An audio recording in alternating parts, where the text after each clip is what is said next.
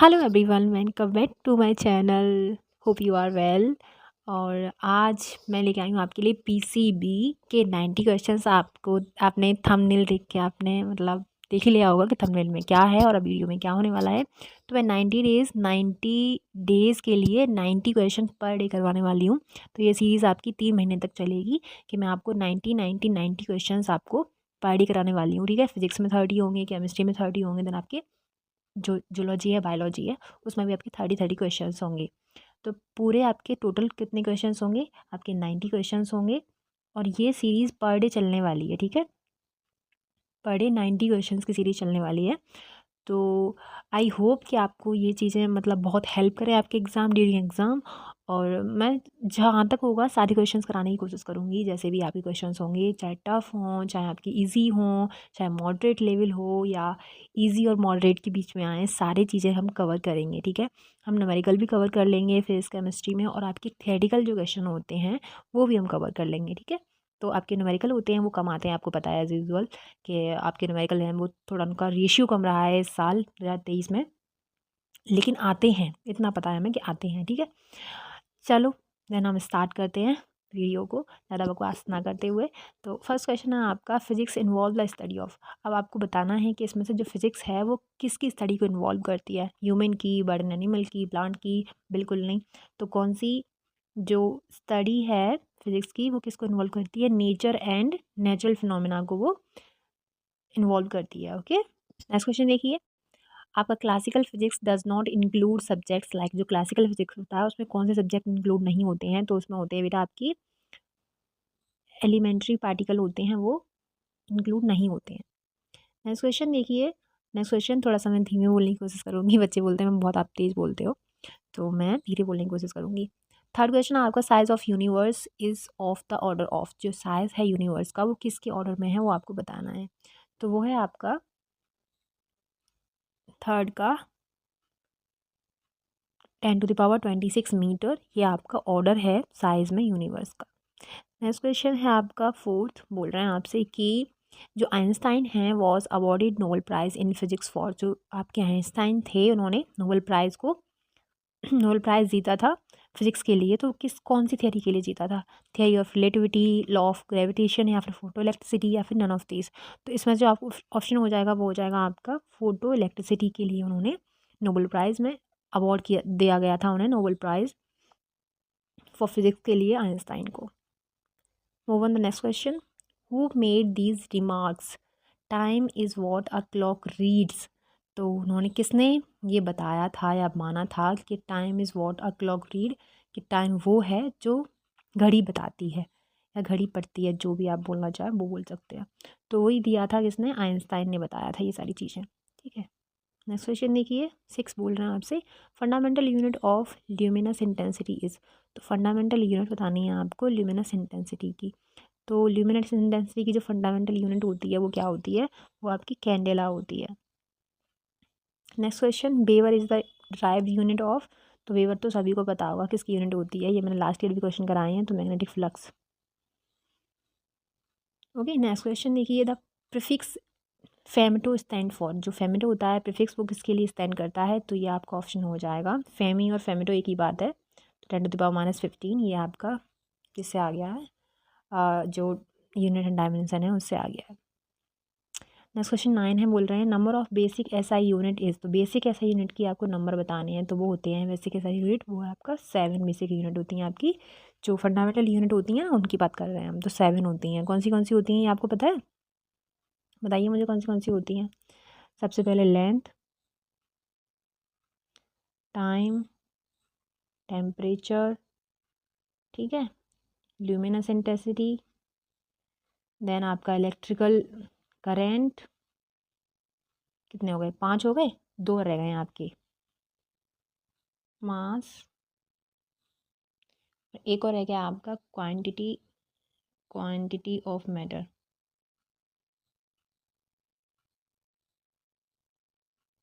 ठीक है, ये सारा मैंने आपको पढ़ा दिया है। इसमें मैं आपको वो जो पिन कर दूंगी इस लेक्चर को, यूनिट एंड डायमेंशन, तो उसमें आप जाके पढ़ लेना अगर आपको नहीं पता हो तो। ठीक है, तो 7 फंडामेंटल यूनिट होती हैं आपकी, और मैं पिन कमेंट में कर दूंगी, उस वीडियो को डाल दूंगी, और आपको जो आइकन होता है लेफ्ट में आता है उसमें भी डाल दूँगी, यहाँ पे जो आता है उसमें भी डाल दूँगी, ठीक है, चेक कर लेना आप लोग।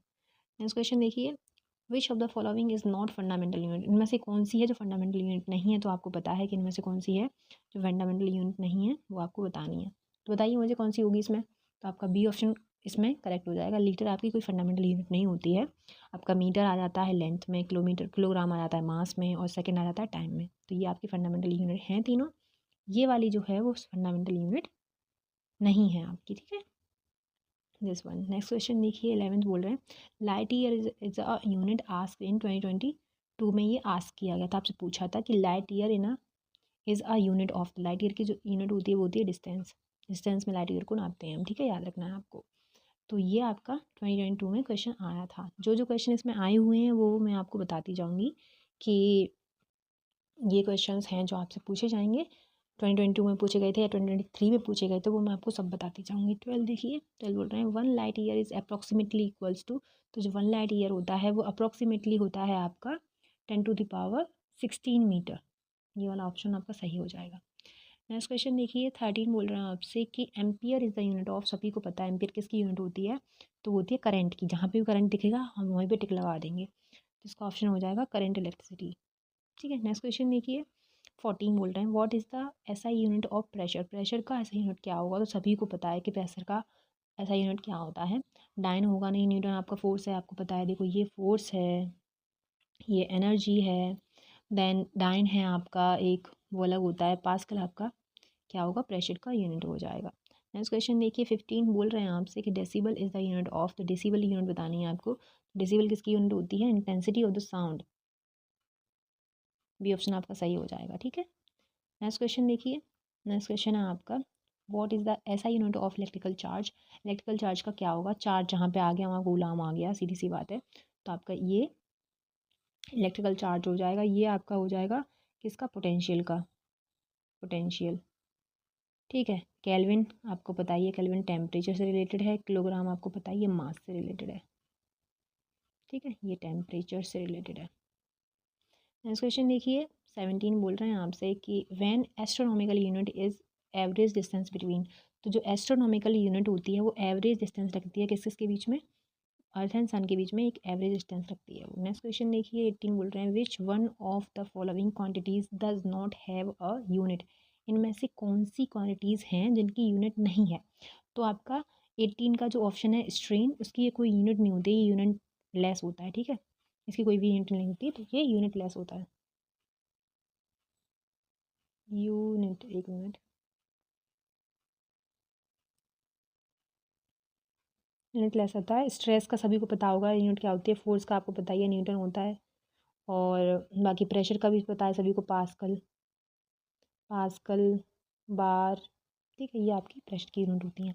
सारी यूनिट मैंने आपको दोबारा से बोल दे रही हूँ, दोबारा से इसमें लगा दूँगी मैं आपको, कि सारी यूनिट जो है मैंने आपको चैप्टर पढ़ाया है एक यूनिट एंड मेजरमेंट, तो उसमें जाके आप चेक कर लें, और उसकी लिंक मैं दे दूँगी डिस्क्रिप्शन बॉक्स में, और आप यहाँ पे भी जो कोने में होता है ना आइकन, वहाँ पे भी चेक कर लें एक बार, ठीक है, आपको मिल जाएगा। नेक्स्ट क्वेश्चन देखिए, 1 न्यूटन इक्वल्स टू क्या होता है, तो 1 न्यूटन इक्वल्स टू क्या होता है, ये तो सभी को पता होगा, तो ये होता है 1 kg metre second square, metre पर सेकेंड स्क्वायर, तो 1 kg मीटर पर सेकेंड स्क्वायर कैसे निकालोगे, देखो जैसे आप निकालोगे ऐसे कि आपको पता है कि F इक्वल्स टू एम होता है, पता है ना सभी को, और ए इक्वल्स टू क्या होता है, मतलब ए क्या यहाँ पे एक्सेलरेशन है, एम क्या है, मास है, मास, ये है एक्सेलरेशन, ठीक है। तो ए एक्सेलरेशन के बराबर क्या होता है, V/T, वी की जो डायमेंशन होती है या फिर यूनिट होती है वो क्या होती है, मीटर पर सेकेंड, ये तो होती है, और यहाँ पे भी सेकंड है, जब ऊपर सेकंड जाएगी ये क्या हो जाएगी, यहाँ पे ये वाली जो हो जाएगी वो ऊपर जाएगी, तो मीटर पर सेकंड स्क्वायर हो जाएगा, ठीक है। मास को हम किस में लिखते हैं, केजी में लिखते हैं, आपको पता है, मैंने किलोग्राम यहाँ पे अभी भी रखा हुआ है, ऊपर मैंने बताया था आपको, मास को हम केजी में लिखते हैं, किलोग्राम में लिखते हैं, और ए जो है आपका उसकी यूनिट हमने यहाँ से निकाल ली, तो ये यूनिट कैसे रखेंगे, मीटर पर सेकेंड स्क्वायर। इसको ऊपर पहुँचाएंगे तो आपको पता है कि जब हम ऊपर पहुँचा लेते हैं तो हमारी माइनस की घात पहुँच जाती है, तो आपको पता चल गया 1 न्यूटन इज इक्वल टू, और फोर्स तो आपको पता ही है कि फोर्स की यूनिट क्या होती है, न्यूटन होती है, तो 1 newton equals to 1 kg metre पर सेकेंड स्क्वायर, ठीक है, समझ गए होगे आई होप आप लोग। नेक्स्ट क्वेश्चन देखिए, 1 पाउंड जो होता है आपका वो किसके बराबर होता है? तो 1 पाउंड होता है आपका 16 ऑन्स के बराबर, ठीक है।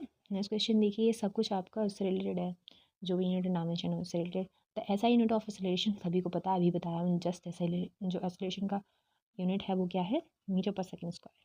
बहुत ईजी क्वेश्चन हैं सारे, ठीक है। विच of the following physical quantity SI unit pair is correctly matched? इसमें से आपको बताना है जो करेक्ट मैच कर रहा है उसको। तो देखो, पावर बिल्कुल नहीं होगा किलोग्राम में, हेनरी बिल्कुल नहीं होगी, इंडक्टेंस इंडक्टेंस नहीं होगा बिल्कुल भी हेनरी, कैपेसिटेंस भी नहीं होगा ओम, और आपका फोर्स न्यूटन होता है, मैंने अभी अभी आपको पढ़ाया है। तो आपका डी ऑप्शन सही हो जाएगा, फोर्स न्यूटन, ठीक है। नेक्स्ट क्वेश्चन देखिए, द ऐसा यूनिट ऑफ रेजिस्टेंस इज, सभी को पता है यार कि रेजिस्टेंस मीन्स क्या होता है, I equal to P upon I, V equal to I R होता है ना, तो V equal to I R होता है, तो आपका आर इक्वल टू क्या आ जाएगा, आई नीचे आ जाएगा, तो इसका ऑप्शन क्या हो जाएगा, ओम हो जाएगा, फर्स्ट ऑप्शन करेक्ट हो जाएगा। नेक्स्ट क्वेश्चन देखिए, 1 किलो वाट हावर, ये कई बार क्वेश्चन मैंने करा दिया है, तो 1 किलो वाट हावर ये आपको एज इट इज़ याद होना चाहिए कि 10⁶ होता है, 3.6 × 10⁶ जूल। नेक्स्ट क्वेश्चन, अगर आपको इसको निकालना भी है ना तो वह आप निकाल सकते हो, देखो कैसे निकालोगे। बस आपको क्या करना है, यहाँ पे 1 किलो, तो 1 × 10⁻3, ये किलो हो गया, ठीक है। 1 किलो में 3 जीरो होते हैं, और बाट है एक, और हावर है, हावर में कितनी होती है, 36 वो होती हैं, 3600 सेकेंड होती हैं कि नहीं होती हैं? यस मैम होती हैं। तो आपको क्या करना है, ये जो आपकी सेकेंड नहीं ये वाली इनको क्या करना है, 10⁶ हो जाएगा, 6 नहीं 5 हो जाएगा, सॉरी, यहाँ पे 5 हो जाएगा, क्योंकि 2 जीरो ये हैं और 3 जीरो ये हैं, 5 हो गए, 5 जीरो हो गए, और 36 बचे हैं। अब यहाँ पे पॉइंट इधर उधर बढ़ाओगे आप उल्टी तरफ से, तो 3.6 × 10⁻, आपका 6 जूल आ जाएगा, ठीक है। तो ये आपको याद रखना है कि हमारा जो 1 किलो वाट हावर होता है वो कितने संख्या के बराबर होता है, तो 3.6 × 10⁻6 जूल होता है। आप निकाल भी सकते हो, बहुत ईजी है। नेक्स्ट क्वेश्चन देखिए, potential is measured in, potential किस में मेजर करते हैं, मैंने अभी आपको बताया था पोटेंशियल किस में मेजर करते हैं हम, तो पोटेंशियल हम मेजर करते हैं जूल बट्टे कुलाम में,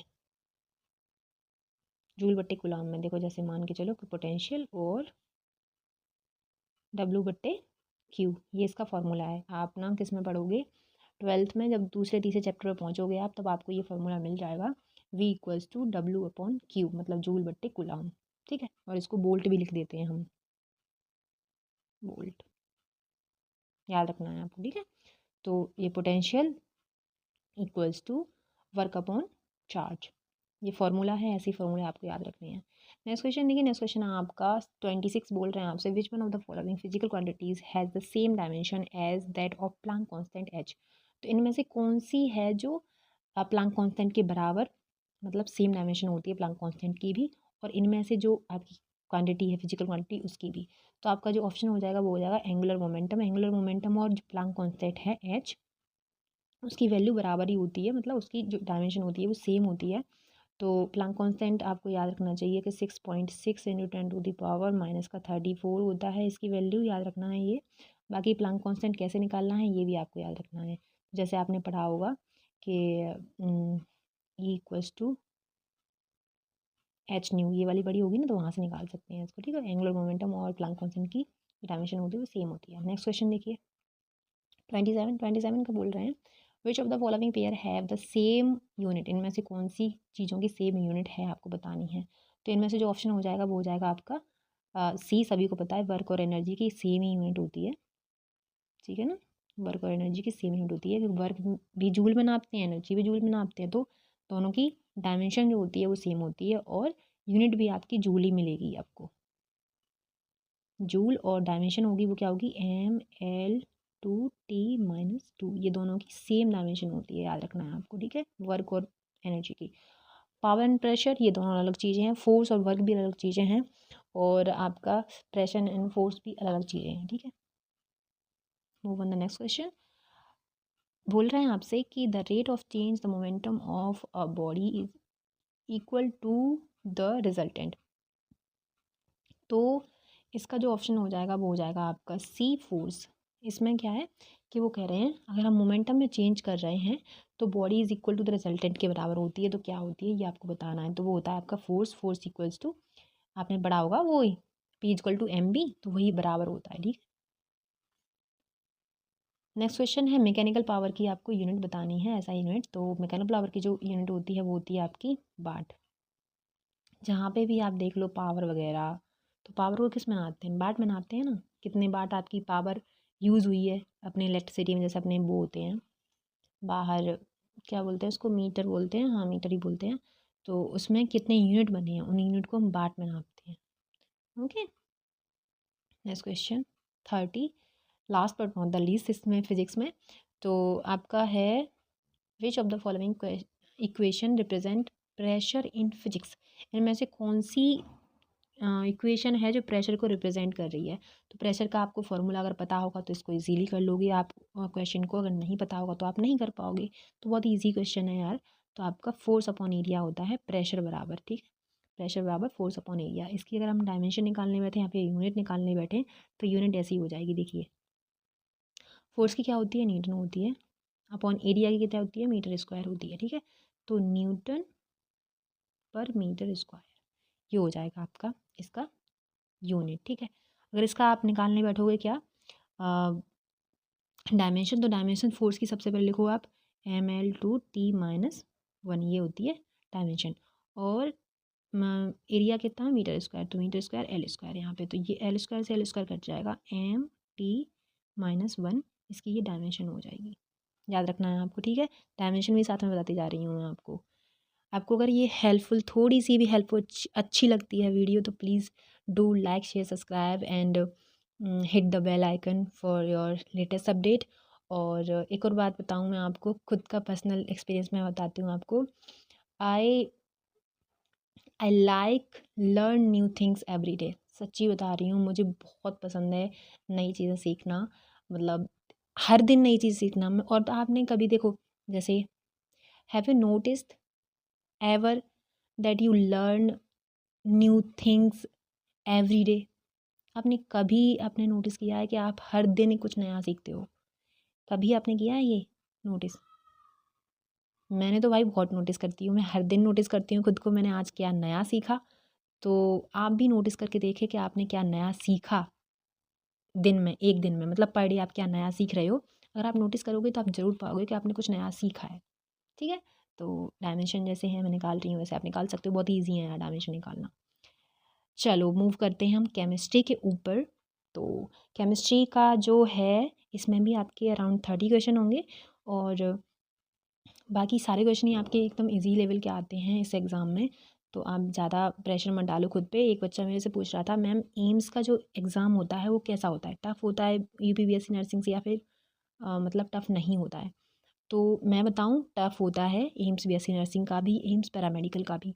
ये नहीं है कि ईज़ी होता है बहुत, मतलब आप से समझ लो कि नीट के लेवल का होता है, नीट से थोड़ा सा कम समझ लो, लेकिन होता वो अच्छी लेवल का एग्ज़ाम है। वो ये नहीं कि ऐसी चुन्नू मुन्नी से क्वेश्चन पूछ लिए, ऐसा क्वेश्चन नहीं पूछते वो काफ़ी कंसेप्चुअल क्वेश्चन पूछते हैं, और आपकी चैप्टर वाइज या फिर आपके जो सिलेबस का पैटर्न है उसी हिसाब से पूछेंगे। ठीक है, तो आप याद रखें कि आपका जैसे ये वाले जो क्वेश्चन कर रहे हो ना आप यूपीपीएससी नर्सिंग के, तो ये क्वेश्चन तो बिल्कुल नहीं पूछे जाएंगे उसमें। एक दो क्वेश्चन आ गया गलती से वो अलग बात है, लेकिन ऐसे क्वेश्चन आपको नहीं पूछे जाएंगे। ठीक है, उसमें टफ रहता है थोड़ा सा। तो आप नीट के लेवल की तैयारी करो, अगर आप नीट के लेवल की तैयारी कर रहे हो तो आप एम्स के पेपर को आराम से कर लोगे। ठीक है, एम्स बीएससी नर्सिंग के लिए। ठीक है, एक बच्ची थी, बच्ची के लिए है, वैसे तो लड़कियों के लिए है सिर्फ बीएससी नर्सिंग, लेकिन पैरामेडिकल का भी बता रही हूँ, पैरामेडिकल दोनों के लोगों के लिए है। तो आप अगर उसे पढ़ोगे तो आप नीट के लेवल की तैयारी करो उसके लिए। ठीक है, चलो हम केमिस्ट्री पे मूव ऑन कर लेते हैं। वीडियो लॉन्ग हो जाए तो कोई दिक्कत तो नहीं है ना। चलिए स्टार्ट कर लेते हैं। Atoms are composed of, atom किसके मिलने से बनते हैं? तो एटम को पता है आपको, एक इलेक्ट्रॉन होते हैं और न्यूक्लियाई होता है उनके बीच में। नेक्स्ट क्वेश्चन देखिए 32 बोल रहे हैं आपसे, atoms having the same number of protons. कोई एक एटम है उसके पास में सेम नंबर ऑफ प्रोटॉन्स है, मतलब सिमिलर काइंड ऑफ प्रोटॉन्स हैं but different number of neutrons हैं। उसके बाद में सेम नंबर ऑफ प्रोटॉन्स हैं लेकिन डिफरेंट नंबर ऑफ न्यूट्रॉन्स हैं, तो उसको क्या बोलेंगे? तो सभी को पता है इसको क्या बोलेंगे, आइसोटोप्स पढ़ते हैं। तो आइसोटोप्स की आपको डेफिनेशन भी याद रखनी है, तो ये डेफिनेशन के रूप में पूछ लिया, आपको दिख रहा होगा। ठीक है, पूछ लेगा आपसे कि same number of protons but different number of neutrons, ये होते हैं आपकी आइसोटोप्स। ठीक है, आयंस तो पता ही होंगी आपकी, आयंस होती हैं प्लस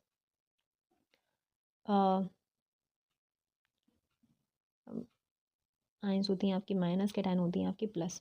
ठीक है, अरे यार प्लस, ठीक है, ऐसे याद रखना है आपको।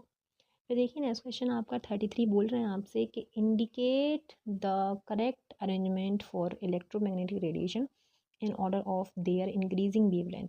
तो आपको बताना है कि करेक्ट अरेंजमेंट बताना है आपको इलेक्ट्रोमैग्नेटिक रेडिएशन का जो इंक्रीजिंग वेवलेंथ में हो। ठीक है, तो आपका ऑप्शन इसमें कौन सा हो जाएगा, डी ऑप्शन सही हो जाएगा। जो एक्सरेज होती हैं वो सबसे ज़्यादा होती हैं, फिर उससे कम विजिबल, देन आपका इंफ्रारेड, देन आपका माइक्रो वेव्स। नेक्स्ट क्वेश्चन देखिए 34, the maximum number of electrons on our principal shell is, maximum number of proton बताने हैं आपको। तो इसका जो ऑप्शन हो जाएगा वो हो जाएगा 2n², maximum number of electrons हैं on our principal shell n²। ठीक है, नेक्स्ट क्वेश्चन देखिए 25 बोल रहे हैं आपसे the total number of orbital in principal shell, total number of orbital बताने हैं, मतलब सम बताना है टोटल उसका ऑर्बिटल नंबर का प्रिंसिपल सेल में। तो इसका जो ऑप्शन हो जाएगा वो हो जाएगा आपका n²। नेक्स्ट क्वेश्चन देखिए आपका है 36, जो ट्रिटियम होता है is an isotope of, tritium किसका आइसोटोप होता है वो आपको बताना है 26। तो इसका जो ऑप्शन हो जाएगा वो हो जाएगा आपका बी, ट्रिटियम किसका आइसोटोप है आपको पता है, हाइड्रोजन का। हाइड्रोजन 1 होता है, हाइड्रोजन 2 होता है, हाइड्रोजन 3 होता है। तो हाइड्रोजन 3 जो है उसको हम ट्रिटियम बोलते हैं, ड्यूटेरियम बोलते हैं उसको, H2 को। ठीक है, नेक्स्ट क्वेश्चन है 37 आपसे बोल रहे हैं कि when a helium atom loses an electron it's become, तो अगर हीलियम एटम लूज़ करता है अपने इलेक्ट्रॉन को तो इसको क्या बोलते हैं हम, उसे बोलते हैं हम a positive helium ion. Next question, the constituent particle of a nucleus in an atom are, constituent जो न्यूक्लियस होता है पार्टिकल का वो आपको बताना है। तो वो हो जाएगा आपका प्रोटॉन एंड न्यूट्रॉन, आपके न्यूक्लियस के कॉन्स्टिट्यूएंट पार्टिकल होता है। आपको पता है न्यूक्लियस में, जैसे ये आपका न्यूक्लियस है उसमें प्रोटॉन और न्यूट्रॉन ही आपको मिलेंगे, बाकी आपके बाहर की जो सब सेल हैं उनमें सारे आपके, जैसे 2 इलेक्ट्रॉन यहाँ पे हैं, बाकी आपके 2 8 होते हैं, फिर इलेक्ट्रॉन 8 इधर हो जाएंगे। ठीक है, तो आपके कॉन्स्टिट्यूएंट पार्टिकल न्यूक्लियस में प्रोटॉन और न्यूट्रॉन ही मिलते हैं। नेक्स्ट क्वेश्चन देखिए 39 बोल रहे हैं आपसे the number of neutrons in an atom is equal to the, तो ये आपका ऑप्शन जो हो जाएगा वो हो जाएगा एटॉमिक नंबर के बराबर होते हैं वो। ठीक है, next question, propagation of light quanta may be described by, तो प्रोपेगेशन ऑफ लाइट क्वांटा वो किससे डिस्क्राइब कर सकते हैं हम, वो कर सकते हैं हम फोटोन से डिस्क्राइब। नेक्स्ट क्वेश्चन है आपका विच of the following is not electromagnetic in nature, इनमें से कौन सा है जो इलेक्ट्रोमैग्नेटिक नेचर में नहीं है। तो वो है आपका कैथो रेज जो होती हैं वो इनमें से इलेक्ट्रॉनिक मैग्नेटिक नेचर में नहीं है। आपको पता है इलेक्ट्रोमैग्नेटिक नेचर कैसा होता है, इंफ्रारेड रेज आती हैं आपकी, वाई रेज आती हैं, जो गामा रेज होती हैं वो एक्स रेज आती हैं। नेक्स्ट क्वेश्चन है 42 बोल रहे हैं आपसे कि radio active isotope of hydrogen is, radio active जो आइसोटोप होते हैं हाइड्रोजन के वो आपको बताने हैं। तो वो होते हैं आपका ट्रिटियम, आपका रेडियो एक्टिव आइसोटोप है हाइड्रोजन का, मैंने अभी बताया था आपको। जो एल्यूमिनियम 3+ है इज आइसो इलेक्ट्रॉनिक विद, तो किसके साथ में ये आइसो इलेक्ट्रॉन होता है, मतलब इलेक्ट्रॉन सेम होते हैं किसके साथ में, ये आपको बतानी है। तो 43 का आपका है ए, फ्लोरीन का जो होता है आपका इलेक्ट्रॉन वो एल्यूमिनियम के इलेक्ट्रॉन के बराबर होता है। तो ये वैसे एक्चुअल में लिखा कैसा है, वो ऐसे लिखा हुआ है बेटा, -2 AL और BR-, ये तो सही लिखा हुआ है। ठीक है, तो ये एक्चुअल में ऐसे लिखे हुए हैं ऑप्शन इसके।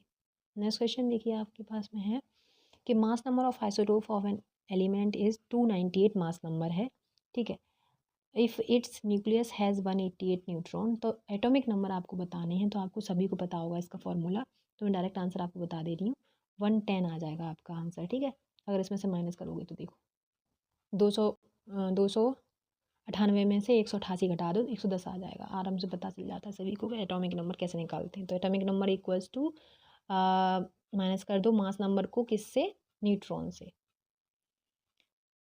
45 क्वेश्चन आपसे बोल रहे हैं electron possess and electric charge of, ये तो सभी को पता है भाई, बहुत ही इजी क्वेश्चन है, बहुत ही इजी क्वेश्चन है। इसमें 2 ऑप्शन है, मतलब दोनों ऑप्शन ही सही है इसमें। ठीक है, नेक्स्ट क्वेश्चन देखिए 26 बोल रहे हैं आपसे कि 46 नंबर है, मैग्नेटिक क्वांटम नंबर डिटरमाइंस, जो मैग्नेटिक क्वांटम नंबर है वो डिटरमाइन करता है, वो ओरिएंटेशन ऑफ ऑर्बिटल को डिटरमाइन करता है। Next question, an atom of carbon has 6 proton है उसके पास में और मास नंबर 12 है, how many neutrons are present in atom carbon. तो आपको बताना है न्यूट्रॉन का नंबर, तो 12 में से 6 घटा दो, आपको मिल जाएगा, बी ऑप्शन आ जाएगा। ठीक है, नेक्स्ट क्वेश्चन देखिए 48 बोल रहे हैं आपसे कि there are 2 elephant calcium, element होगा यहाँ पे, ठीक है, एलिमेंट कैल्शियम, उनका जो एटॉमिक नंबर है वो 20 है और आर्गन का जो एटॉमिक नंबर है वो 18 है। आर्गन ही होगा आई थिंक, यहाँ पे आर्गन कर दिया है। The mass number of both the element is 40 that there are therefore known as.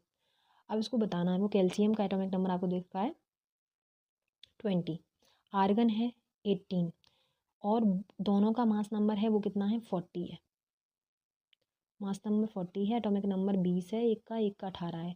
दो एलिमेंट आपको दे रखे हैं, यहाँ पे कॉमा लगना चाहिए। कैल्शियम के 20 एटॉमिक नंबर है और आर्गन होगा यहाँ पे 18 एटॉमिक नंबर है, दोनों का जो मास नंबर है वो 40 दे रखा है, देयर फॉर इस क्या कहलाएंगे ये, तो ये कहलाएंगे आपके आइसोबार्स। ठीक है, जिनके सेम मास नंबर है बट डिफरेंट एटॉमिक नंबर है। ठीक है, ये इनकी डेफिनेशन हो जाती है। नेक्स्ट क्वेश्चन है 49 बोल रहे हैं आपसे, an element has an atomic weight of W and an atomic number of n, the number of protons in the nucleus of its atom is, तो इसका जो ऑप्शन हो जाएगा वो हो जाएगा n, डायरेक्ट याद कर लो। नेक्स्ट क्वेश्चन है आपका 50 बोल रहे हैं आपसे कि the number of electrons and neutrons in an element is 18 और 20। नंबर इलेक्ट्रॉन के कितने हैं 18 हैं, न्यूट्रॉन आपके 20 हैं, तो मास नंबर आपको बताना है, तो ये तो सभी को पता होगा, कैसे बताओगे, इसका ऑप्शन क्या हो जाएगा आपका 22 मास नंबर निकल आएगा। नेक्स्ट क्वेश्चन देखिए 51 बोल रहे हैं कि इलेक्ट्रॉन को किसने डिस्कवर किया था। अभी मैंने कल परसों या फिर मतलब एक तो वीडियो में बताया है, केमिस्ट्री की वीडियो में, अगर आपने नहीं देखी तो उसे देख लेना, कि ईट पर नाच, ये आपका ट्रिक टू रिमेंबर है, आप याद कर लेना, नाच या फिर आप समझ लो ये आपका निमोनिक है। तो ईट मीन्स इलेक्ट्रॉन, ट मीन्स थॉमसन, पे जो पा है उस मीन्स हो जाएगा आपका प्रोटॉन, रा आपका रदरफोर्ड, ना आपका है न्यूट्रॉन, चा आपका चैडविक है, चैडविक याद रखना है आपको। ठीक है, तो इसका ऑप्शन क्या हो जाएगा, सभी को पता है, जे थॉमसन इसका ऑप्शन हो जाएगा। नेक्स्ट क्वेश्चन देखिए 52 बोल रहे हैं आपसे कि जो एक एलिमेंट है of which of the following pairs are isobar, इनमें से कौन से एलिमेंट हैं जिनके जो पेयर हैं वो आइसोबार हैं, मतलब आपके सेम मास नंबर है लेकिन डिफरेंट एटॉमिक नंबर है, वो आपको बताना है। तो इसका जो ऑप्शन हो जाएगा वो हो जाएगा आपका डी, जो आपका आर्गन है, आर्गन 40 एंड 40 कैल्शियम 20, ये आपका क्या हो जाएगा, मास नंबर सेम दिख रहा होगा आपको, देखो ऊपर 40 और आपका इसमें 18 हो जाएगा यहाँ पे नीचे।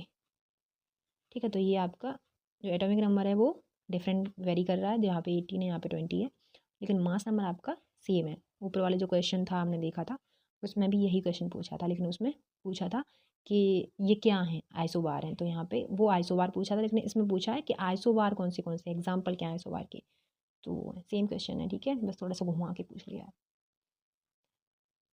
आपका है 53 बोल रहे हैं, the phenomena of radio activity was discovered in 1898 AD by, तो इसका जो ऑप्शन हो जाएगा वो हो जाएगा आपका हेनरी वैक्यूरल, ये बहुत ज़्यादा इंपॉर्टेंट है ये वाला क्वेश्चन, तो ये क्वेश्चन आपका 2023 में आया, मैं लिखना भूल गई हूँ, 2023 में आया ये क्वेश्चन आपका।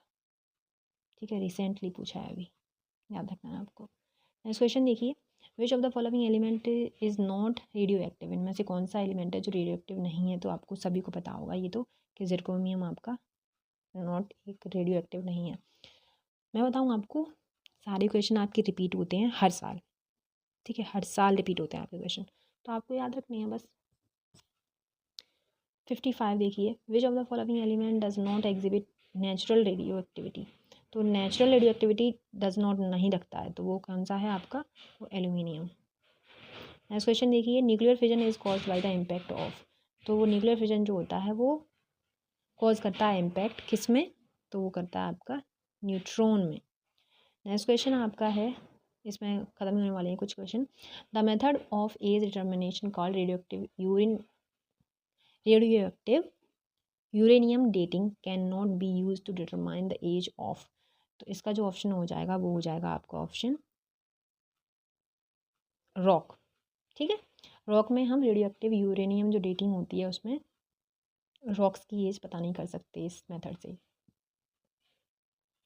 58 बोल रहे हैं आपसे, the penetrating power of alpha beta and gamma radiation in decreasing order बताना है आपको, तो डिक्रीजिंग ऑर्डर में आपका बी ऑप्शन सही हो जाएगा, सबसे ज़्यादा गामा फिर बीटा फिर अल्फ़ा। 59 आपको बोल रहे हैं कोबाल्ट जो 60 होता है is commonly used as radioactive therapy, आपको होता है रेडिएशन थेरेपी के लिए यूज़ करते हैं कोबाल्ट 60 को, किसमें, कैंसर की जो थेरेपीज़ दी जाती हैं वो कोबाल्ट 60 यूज़ किया जाता है उसमें, तो उसमें कौन सी रेज यूज़ कर जाती हैं, वो की जाती हैं गामा रेज यूज़ की जाती हैं। ठीक है, 60 बोल रहे हैं आपसे कि a radio active substance has a half life of 4 month के लिए, उसकी लाइफ कैसी है, 4 मंथ के लिए हाफ लाइफ है, और 3/4 of the substance would decay in, तो 3/4 जो सब्सटेंस होगा वो कितने मंथ में सॉरी डिके हो जाएगा, मतलब ख़त्म हो जाएगा, तो वो 8 मंथ लगेंगे उसमें। ठीक है, 3/4, अगर हाफ लाइफ जो है आधी लाइफ उसकी 4 मंथ में हो रही है, ठीक है, तो आपको 3/4 बतानी है, मतलब किसी भी चीज़ के किसी भी चीज़ के 3 पार्ट, 3/4 पार्ट, ठीक है, किसी भी एक चीज़ का 3/4 पार्ट कितने में, तो वो 8 मंथ लेगा।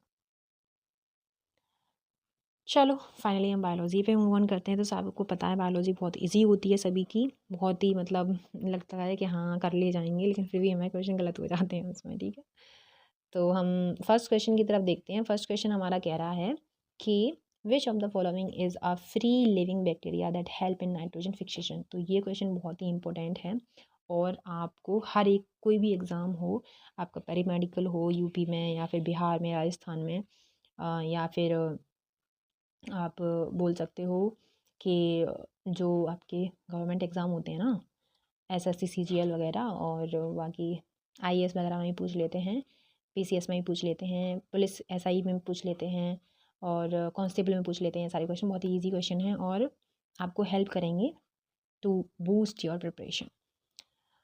ठीक है, इसका जो ऑप्शन हो जाएगा वो अज़ेटोबैक्टर हो जाएगा। अज़ेटोबैक्टर आपका ऑप्शन सही है कि इसमें कौन सा है जो हेल्प करता है नाइट्रोजन फिक्सेशन में, बैक्टीरिया, और वो फ्री लिविंग बैक्टीरिया है। तो फ्री लिविंग बैक्टीरिया कौन सा है, एज़ोटोबैक्टर है, और वो हेल्प कर रहा है नाइट्रोजन फिक्सेशन में।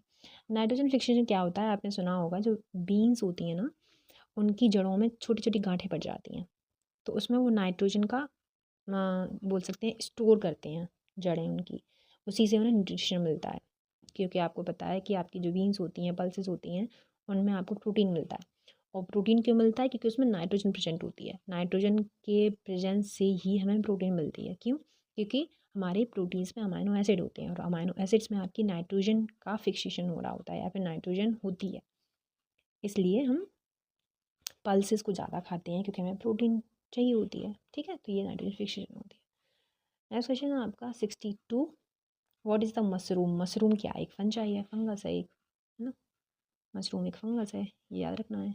इजी, बहुत ईजी, टू ईजी क्वेश्चन है। 63 बोल रहे हैं आपसे, the most expensive use of molasses after fermentation is produce zinc. तो ये है आपका सी इथेनॉल। मोलासिस को हम इथेनॉल के इथेनॉल बनाने के लिए काम लाते हैं, और वो बहुत ज़्यादा एक्सपेंसिव होता है, वो वाला इथेनॉल, मतलब वो वाली शराब। एथेनॉल का फॉर्मूला बताइए मुझे। वो होता है आपका, मैं बताती हूँ, C2H5OH। ठीक है, वहीं पे CH3OH, ये मिथेनॉल होता है, और ये मिथेनॉल काफ़ी घातक होता है, कच्ची दारू बोलते हैं इसको। अगर किसी ने पी लिया तो समझ लो ऊपर चला गया, सारे सुख, सारी मतलब मोह माया से दूर। आपका क्वेश्चन है, bacteria help in making curd from milk. ये सभी को पता है भाई, बहुत ही इजी क्वेश्चन है, लैक्टोबैसिलस। आप थोड़ा सा भी पढ़ोगे ना बेटा, आप कर ले जाओगे एग्ज़ाम को, ठीक है। आपको थोड़ा सा ध्यान देने की ज़रूरत है बस। इसमें जो आपका है, इसमें से बताना है कि कौन सी डिज़ीज़ है जो बैक्टीरिया से होती है। तो बैक्टीरिया आपका सिर्फ ट्यूबरक्लोसिस से, ट्यूबरक्लोसिस क्या है, एक बैक्टीरियल डिजीज़ होती है जिससे बैक्टीरिया से फैलता है। और मम्स आपका वायरल है, ये आपका वायरल है, ये भी वायरल है, अस्थमा भी आपका वायरल ही है, ये समझो। 66 virus are made up of, virus किसके बने होते हैं तो आपको बताना है, वो आपके बने होते हैं न्यूक्लिक एसिड एंड प्रोटीन के। Next question, foot and mouth disease is caused by, foot and mouth जो डिजीज़ होती है वो किससे कॉज करती है, वो वायरस से होती है हमारी, ठीक है। नेक्स्ट क्वेश्चन देखिए, HIV is related to, HIV किससे रिलेटेड है, तो वो एड्स से रिलेटेड है। इसकी फुल फॉर्म आपको याद रखनी चाहिए HIV की, तो ह्यूमन इम्यूनो वायरस, और एड्स की फुल फॉर्म होती है आपकी एक्वायर्ड इम्यूनो डेफिशिएंसी सिंड्रोम, ठीक है। और इसमें बता दूंगा आपको, जो एड्स वायरस होता है वो कंटेन करता है आपका, AIDS virus single standard RNA contain करता है, ठीक है। ये वाला ऑप्शन आप याद रखना आप लोग। और एड्स बहुत ही घातक बीमारी होती है, वो सेक्सुअली भी फैल सकती है, ब्लड ट्रांसफ्यूजन से भी फैल सकती है, और किससे फैल सकती है बता सकते हैं आप लोग। वैसे वो फ्लूइड ट्रांसफ्यूजन से ज़्यादा फैलती है, और जैसे फ्लूइड ट्रांसफ्यूज होता है एक दूसरे की बॉडी में, ठीक है, तो उससे फैलती है। वो काफ़ी घातक बीमारी है। सबसे पहला केस बना था हमारा USA में, इसका 1981 में मिला था, ठीक है। सबसे पहला केस मतलब सबसे पहला पेशेंट। बहुत सारी चीज़ें एड्स के बारे में बताने के लिए, तो अभी बताने बैठूंगी नहीं तो आप लोग ये कहोगे मैम पता नहीं आप क्या बता रहे हो, ठीक है। इसको जो टेस्ट डिटेक्शन होता है इसका, उसको बोलते हैं हम एलाइजा, फुल फॉर्म होती है ऐसे एंजाइम, एंजाइम लिंक्ड इम्यूनोसॉल्वेंट ऐसे, ठीक है, इसकी फुल फॉर्म होती है। और एक और बताऊँ, इसको हम वेस्टर्न ब्लॉटिंग भी बोलते हैं, वेस्टर्न ब्लॉटिंग के नाम से भी इसको जाना जाता है, ठीक है, टेस्टिंग के नाम को, जिससे हम पता करते हैं कि किसी को एड्स हो गया है। नेक्स्ट क्वेश्चन देखिए, कैल्प्स कैसे होते हैं, कैल्प्स होते हैं आपके marine algae rich in iodine. Kelps आपने देखे होंगे कि जो समुद्र होते हैं उनमें ना बहुत लंबे लंबे पौधे हो जाते हैं, मतलब पत्तियों जैसे लहलाते रहते हैं। कभी कभी वो जहाज़ में भी फंस जाते हैं, उसकी वजह से जहाज़ में क्या होता है कि जहाज़ में फंसने की वजह से वो ना जहाज़ को पलट भी देते हैं, तो उन्हें कैल्प्स बोलते हैं, ठीक है। कैल्प्स क्या है आपकी ग्रीन एल्गी में आते हैं। नेक्स्ट क्वेश्चन देखिए, नेक्स्ट क्वेश्चन आपका 71 बोल रहे हैं आपसे, the biggest single cell organism is, biggest single cell organism कौन सा है वो आपको बताना है, तो वो है आपका एसिटोबुलेरिया। नेक्स्ट क्वेश्चन है 72 बोल रहे हैं आपसे कि the bacteria which convert nitrite to nitrate, इनमें से कौन सा बैक्टीरिया है जो नाइट्राइट को नाइट्रेट में बदलता है, तो वो आपने पढ़ा होगा नाइट्रोबैक्टर है, वो आपने किस में पढ़ा होगा, आई थिंक मेरे हिसाब से, मुझे अगर if I am not wrong, plant nutrition nutrition mineral I think इस चैप्टर में है, if I am not wrong, plant physiology में 11th की NCERT में प्लांट फिजियोलॉजी में। 73 देखिए, N1 और H1 ये वायरस है, is sometimes mentioned in the news with reference to which one of the following diseases, तो ये आपको पता ही है, सभी को पता ही है, स्वाइन फ्लू की वजह से होता है, और स्वाइन फ्लू में ही H1 और N वायरस पाया जाता है। एड्स के बारे में मैंने बता दिया, बर्ड फ्लू डेंगू, डेंगू आपको पता है एक वायरल डिजीज़ होती है, वायरस से फैलता है, ठीक। और ये किससे फैलता है, एक अगेप्टी नाम का मच्छर होता है, एडीज़ अगेप्टी, एडीज़ की वजह से, ठीक है। मॉस्किटो सारी फीमेल ही होती हैं जो खून चूसती हैं, तो एडीज़ अगेप्टी नाम से एक वो होता है मॉस्किटो, उसकी वजह से ये फैलता है हमें। नेक्स्ट देखिए, अभी ना ये डेंगू वेंगू बहुत ज़्यादा इंपॉर्टेंट कर दिया है नीट 2024 के लिए, क्योंकि ये अलग से रख दिया है उन्होंने, और ये पढ़नी ही पढ़नी है। पहले सिलेबस में नहीं था डेंगू वगैरह, अब सिलेबस में उन्होंने डाल दिया डेंगू, क्योंकि बहुत केसेस होते हैं हर साल डेंगू के, तो इसलिए उन्होंने कंपलसरी कर दिया है कि डेंगू को हमें पढ़ना ही पढ़ना है, ठीक है। एक वायरल डिजीज़ है ये। फिर देखिए 14 सॉरी 74 बोल रहे हैं, माइक्रोवियल जो टाइप होता है culture collection centre in situated at, तो वो कहाँ पे है, वो आपका है चंडीगढ़ में। नेक्स्ट क्वेश्चन है आपका 75, the smallest organism capable to autonomous growth and reproduction is, तो इनमें से आपको बताना है कौन सा स्मॉलेस्ट ऑर्गेनिज्म है सबसे छोटा, तो सबसे छोटा तो आपको पता ही है माइक्रोप्लाज्मा है, और जो कैपेबल होता है खुद की ग्रोथ के लिए और रिप्रोडक्शन के लिए। तो आपका ऑप्शन कौन सा हो जाएगा इसमें? माइकोप्लाज्मा। बहुत ही छोटा होता है, स्मॉलेस्ट ऑर्गेनिज्म बोलेंगे इसको। और इसको हम विदाउट सेल वॉल भी बोलते हैं कि विदाउट सेल वॉल कौन सा बैक्टीरिया आपको मिलेगा, तो वो माइकोप्लाज्मा मिलेगा, ठीक है, सबसे छोटा होता है ये। नेक्स्ट क्वेश्चन 76 बोल रहे हैं, which of the following is use as biofertilizer in the production of crop paddy. तो क्रॉप पैडी होती है, क्रॉप पैडी मतलब धान की जो खेती होती है, उसमें हम बायो फर्टिलाइजर की तरह कौन सी चीज़ को यूज़ करते हैं? तो वो होती है आपकी ब्लू ग्रीन एल्गी, BGA भी बोलते हैं इसको, ठीक है। क्या बोलते हैं? BGA। बहुत ईजी क्वेश्चन है, इसलिए कुछ भी मैं ज़्यादा मतलब समझा नहीं रही हूँ आपको। ईजी क्वेश्चन है इसलिए। अगार अगार इज ऑब्टेन फ्रॉम, अगार अगार किससे ऑब्टेन करते हैं? तो वो होता है आपका एल्गी से हमें अगार अगार मिलता है, ये रेड कलर का होता है। नेक्स्ट क्वेश्चन मतलब कलर वेरी कर सकते हैं। 78 बोल रहे हैं आपसे कि east use in making bread is. तो ईस्ट कौन किस में यूज़ किया जाता है? तो वो यूज़ किया जाता है आपका फंगस। ईस्ट क्या एक फंगस है, और हम ईस्ट को ब्रेड बनाने में भी यूज़ करते हैं, बेवरेज में भी यूज़ करते हैं। बेवरेज का मतलब होता है दारू बनाने में, ठीक है। 79 disease athlete food is, athlete ये, हाँ, athlete food is caused by. तो ये किससे होता है? ये आपका फंजाई से होता है, याद रखने एज इट इज़।